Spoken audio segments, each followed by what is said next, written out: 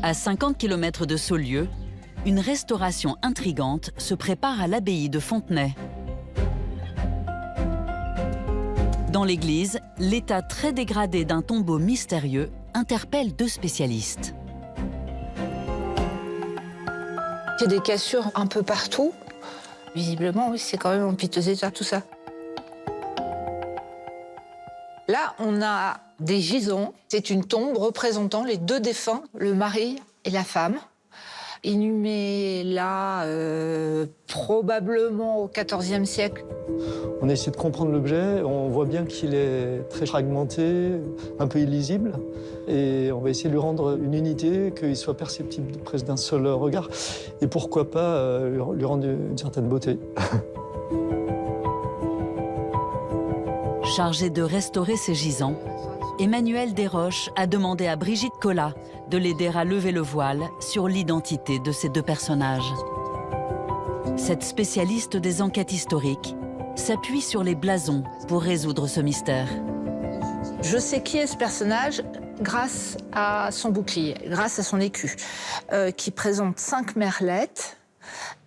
On revoit donc ces très beaux oiseaux, très finement sculptés. Là, on voit bien la tête, les ailes, la queue, les pattes. Donc, le personnage féminin est bien sa femme. Et de l'autre côté de la robe, là, là, là, là, on voit des petits carrés. Ça veut dire qu'elle porte les armes de son père. En fait, il n'y a pas d'inscription nulle part sur le tombeau. Par contre, tout le monde, au Moyen-Âge, passant devant eux, savait qui c'était grâce à leurs armes. Je vous présente Guillaume II de Mello, seigneur des Poisses, et Marie de Châteauvillain, fille de Guy de Châteauvillain, seigneur de Luzy, dans la Nièvre. Au Moyen-Âge, Guillaume de Mello est un puissant seigneur de Bourgogne. En se faisant inhumer dans le cœur de l'église, le site le plus sacré de ce monastère illustre, il s'accorde un privilège prestigieux. Il représente les donateurs les plus importants de l'abbaye.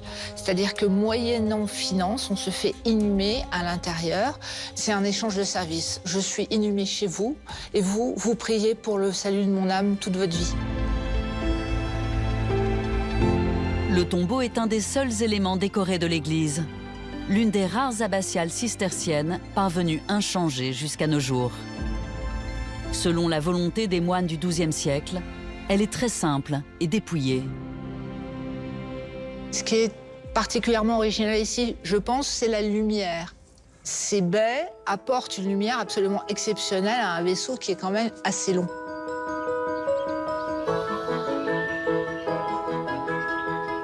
La fondation du monastère, il y a 900 ans, dans ce vallon traversé par une petite rivière, a été un défi pour les moines cisterciens.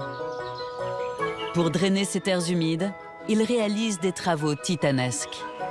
Ils canalisent le cours d'eau et construisent un réseau hydraulique complexe. Éric Viellard, le directeur de l'abbaye, se passionne pour cette histoire. Voilà, Brigitte, on est là sur une des 2 digues de l'abbaye de Fontenay construite par les moines pour canaliser l'eau. Donc ce méandre, il finit sa course ici. Il passe en souterrain sous la digue. D'accord.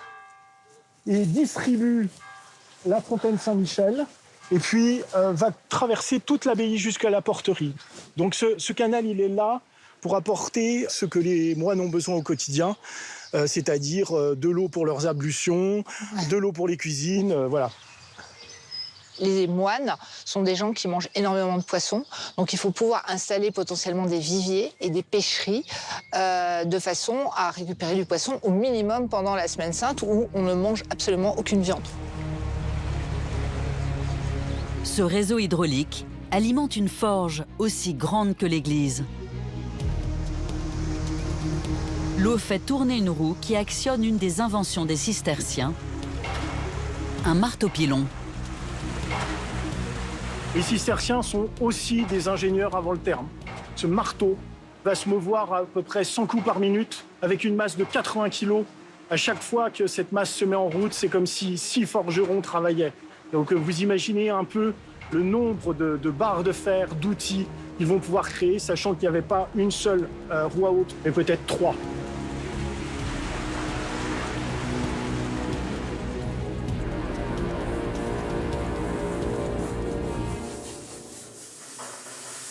Dans l'église, Emmanuel Desroches et son équipe ont commencé la restauration des gisants.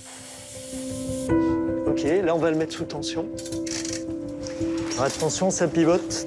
Le restaurateur entame maintenant une étape particulièrement délicate, le démontage des pièces très fragilisées. Je vais casser la tête. On a repéré que la tête de Marie de Châteauvillain bougeait. Donc pour éviter que ça se passe au mauvais moment, on l'enlève avant le déplacement. On pose. Plus le sauvetage avance, plus Emmanuel s'interroge. Pourquoi ces gisants, présents ici depuis 7 siècles, ont-ils été cassés? Brigitte Collat, notre historienne, a mené l'enquête. Au XVIIIe siècle se pose un vrai problème d'humidité dans cette église. La solution technique qui est trouvée par les cisterciens, c'est de relever le sol de 1 mètre partout. Donc les gisants gênent. Il est très probable que ce soit les moines eux-mêmes qui aient cassé les gisants et porté les morceaux dans un autre coin de l'église. Ce tombeau est ensuite oublié après le départ des moines, chassés par la Révolution française. L'abbaye, vendue comme bien national, est alors rachetée par un industriel et transformée en papeterie. Les ateliers de l'usine occupent l'église et la forge pendant 1 siècle.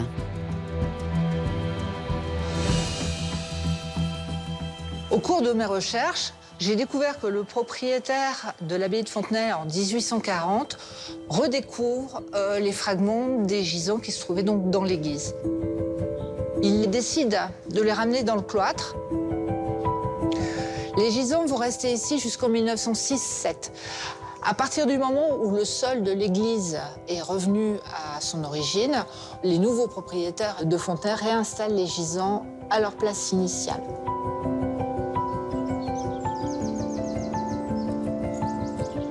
Quelques mois plus tard, la restauration des gisants touche à sa fin.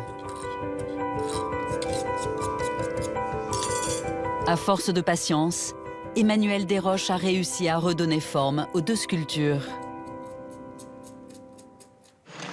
Pour l'occasion, Éric Viellard, le directeur du site, a convié notre historienne pour qu'elle découvre les transformations. Ah oui, là, on commence à voir bien les détails de tout.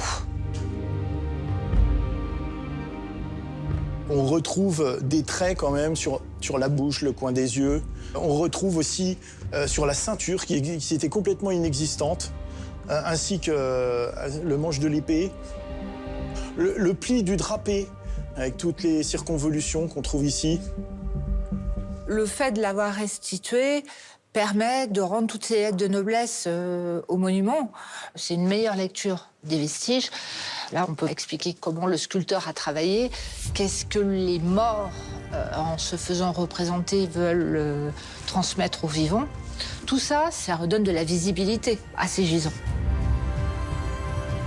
Les gisants seront bientôt une des pièces maîtresses du nouveau parcours de visite de l'abbaye.